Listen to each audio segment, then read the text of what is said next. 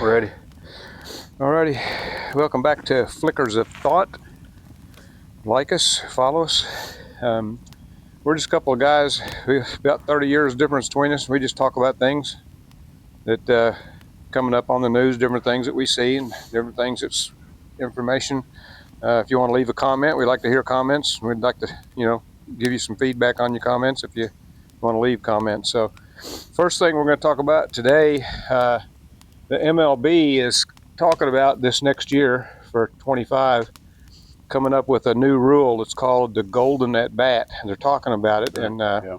you read about it, heard about it? I heard a little bit about it. Yeah. So their biggest thing is they're saying that most teams, professional teams, have a star player. Whether it's a football player, a basketball player, whatever, that they call on in a time of need. So when they need to score a touchdown or a goal or whatever the situation might be, they call on this special player, or couple of players or whatever the thing might be, to get them that point. Well, in baseball, you can't do that. So, Right. You get a guy, a bases loaded, and your worst batter might come to bat, and that's the guy that bats. And that's just the way it works. I've seen that. I mean, in the World Series, I've seen. I mean, yeah, that's definitely been a problem a lot of times. Yeah, I mean, some people claim that it's a problem, but some people claim that that's just the way the game is. That's Right. the history of the game, and that's the way it should be played. I mean, it's just the luck of the draw. It's the way things come around, and Right. so that's true too. But so in the golden rule, they're talking about the golden at bat. They're talking about once a game, just one time, the coach can send any batter he wants to at the plate. So he can, if they're trailing, so some of the questions that come up and says, can only a trailing team in the ninth use it, or anyone after the seventh inning? And so it's because they're talking about after the seventh inning. Right. And then if the batter makes it to second, let's say the batter bats and he gets on second, but he's the man you want to bat. Can you bring him in and pinch in a runner for him and bring him in, let him bat again? Right. So there's all kinds of questions coming up. So they're saying that it'll be a while. They put it in the minors first, of course. Yeah. And this thing was brought up, they said, about 10 years ago. Oh, really? But, they said it was ruining the sanctity of the game because, the history of the game is, if the right guy's up, he's up. If not, he's not. Right. I mean, I personally, I think it would change the game pretty drastically.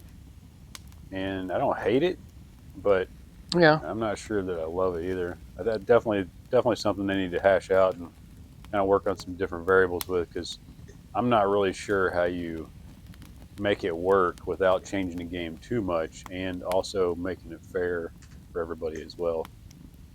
Well, they of course this, recently they've added the pitch clock, which I don't think that's affected the game too much. No. It don't seem like. I mean, you had some standoffs between the pitcher and the batter. Batter would step out of the box and the pitcher, do his thing, and they had some of that going on. But I don't think that's affected the game a whole lot. It's negative. I think the pitching to like first base, the amount of times you can throw to a base, I think that has changed the game, and that's a dumb rule. Yeah, I don't like that either, and I really don't care for in the extra innings putting a man on second. No, I don't like that at all either. I don't even. That's just bonkers to me. It's absolutely ridiculous. But I definitely don't like that rule. I mean, I think some rules make sense, but a lot of them they've come up with here in the last 5, 10, 15 years just to try to speed the game up and make it more entertaining for the non-true baseball fans.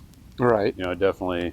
I don't really like a whole lot of them, but I mean, that's sports. I mean, they're all the time changing. Rules are all the time changing. Right. The ball's a lot the same way, but one of the negative things that some people brought up too about that rule was that it steals the limelight of an underperformer at some point. Sometimes the guy comes up and you think, oh, this guy ain't gonna get a hit. And he does get a hit, and he becomes the hero of the game. And so it takes some of that away if you're going to, always slip in the guy that's going to do it, Right. And so it takes kind of that. So some of the players and managers see that as a negative. Well, and they're not guaranteed anyways. Even your top dogs are not guaranteed to get a hit, or, I mean, I've seen many a times they get up there and strike out themselves. So right, exactly. I don't really know that it's going to be that impactful positively as they think it would be, or, offensively, I guess. Right. I think it would be, but we'll see, I guess.